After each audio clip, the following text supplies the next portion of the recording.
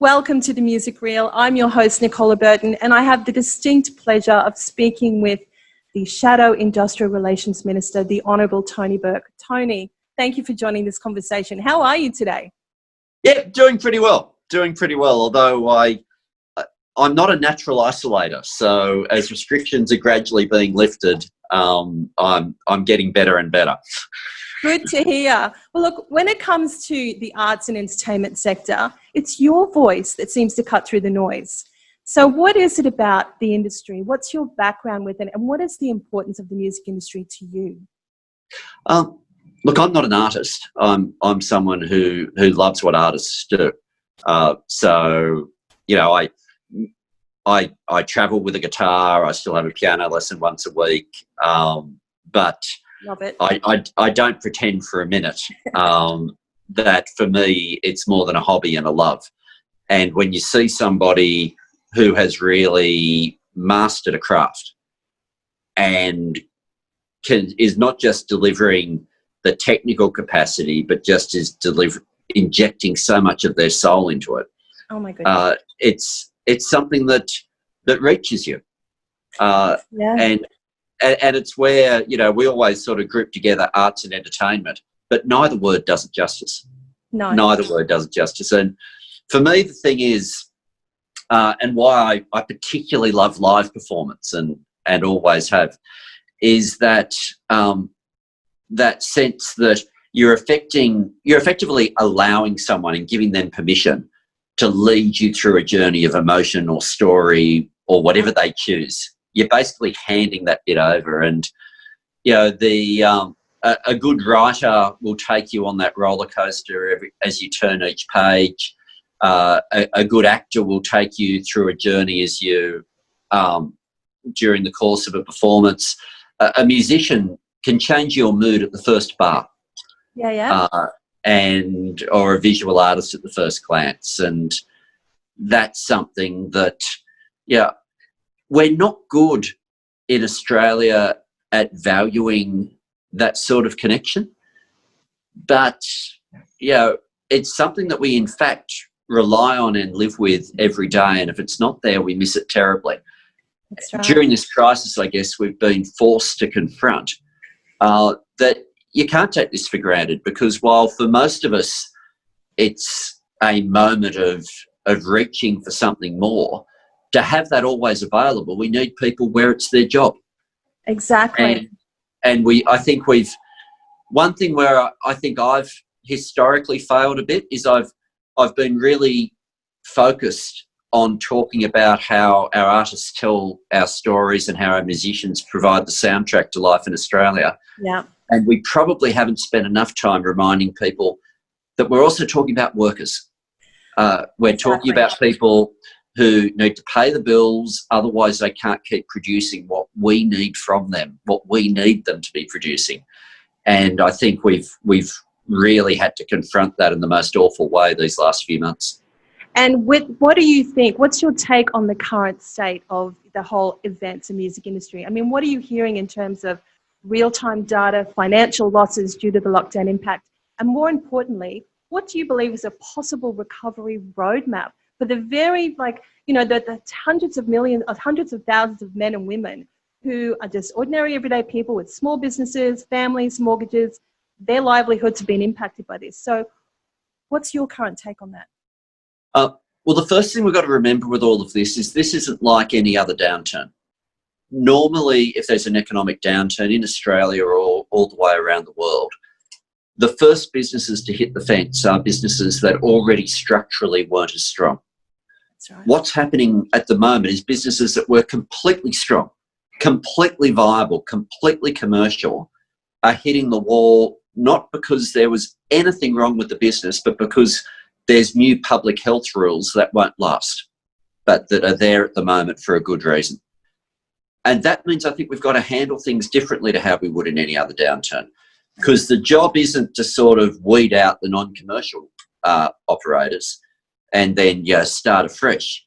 The job is to try to make sure that any business that was viable were it not for coronavirus is still there and ready to employ people and and open their doors to audiences as soon as the restrictions are lifted. And that leads you to very different policies to what you'd normally consider. Now, I've been pretty open-minded with the government about, you do something for this sector, and I've started to get to the point of saying, you do anything for this sector, we'll welcome it. Yes. We're not wanting to bag you. There won't be an election between now and when you make the decision. So just do something good here and we'll welcome it. And if there's areas where you could go further, we'll talk about those too, but you're not going to get bagged for doing something. So we've left it as open as we can. And there are different ways, and there's so many different aspects and sectors for the industry. And I'll say the state governments have been doing a pretty good job around the country, picking up some of the pace. A lot of what they've done, some of it has been good for artists. A lot of it hasn't opened up the same opportunities for technical crew or road crew or people like that. Yeah. Effectively what you want to do, and what we should have done as soon as the shutters came down on large gatherings, we should have had policies in place where the intention was to press the pause button with the knowledge that when restrictions were lifted, you were going to want to press play again. That's what you wanted to do. Now, we didn't do that, and a whole lot of people are hitting hardship that need not have occurred. But if the government's going to come to it late, that what matters is we don't need to be creating new events. We don't need to be creating a whole new infrastructure or brand new thing. What we need to make sure of is events that would be commercial were it not for coronavirus. We need to look at those and say, okay, what can we do to let that still take place with whatever the restrictions will be? And if you do it that way, then as much as possible in 12 months' time, the infrastructure for the festivals, for the events, for the venues is still there. Because my fear is if you don't look at, I used to hold the environment portfolio at the same time, which always made sense because they're both about ecology. Yeah. And even if you did everything right only for artists at the moment, it's no help if at the end of the year the restrictions go and we don't have venues. Exactly. So you need to just approach every aspect of policy with, we've pressed pause. What do we need to make sure that when it's time to get going again and we press play, everything still works? And I think if you think of it in those terms, there's a few different ways they can handle it, but all the different methods will give us the same destination, which is what we want. Right. So associations and peak bodies in these industries, what do you recommend they can do to actually get the real needs through to the government? Because obviously JobKeeper, if that's not extended, that's going to have a pretty devastating effect when we get to October. So what can our peak bodies do to actually get that message across so that they know exactly what our needs are?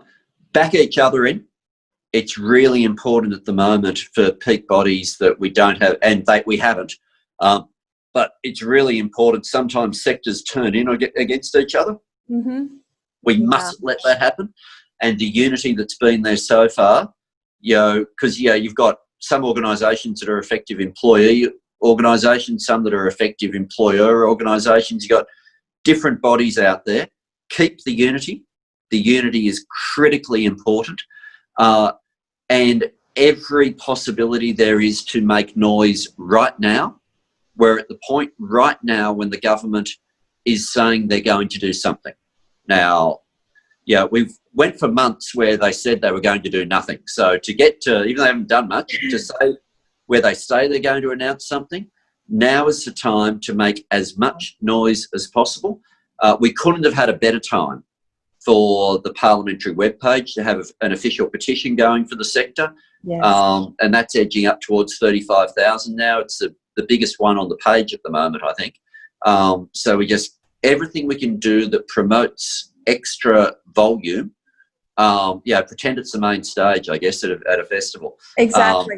Everything we can do that cranks up the volume right now will help, because once they've made the announcement, whatever it is, it's going to be harder still to get them to do any more than that. So now's the time to just maximise the unity and the volume. Well, everyone, you've heard, that's our call for action. Tony's given us a pretty clear action of what we need to do. Tony, it's been a great pleasure to speak to you, to have your voice in this conversation. And we thank you so much for your support. It means the world to us. And we look forward to speaking to you again sometime in the future. Thank you so much. Thanks, Heaps. And thanks for what you do. Thanks, Tony. See you next time. Yeah.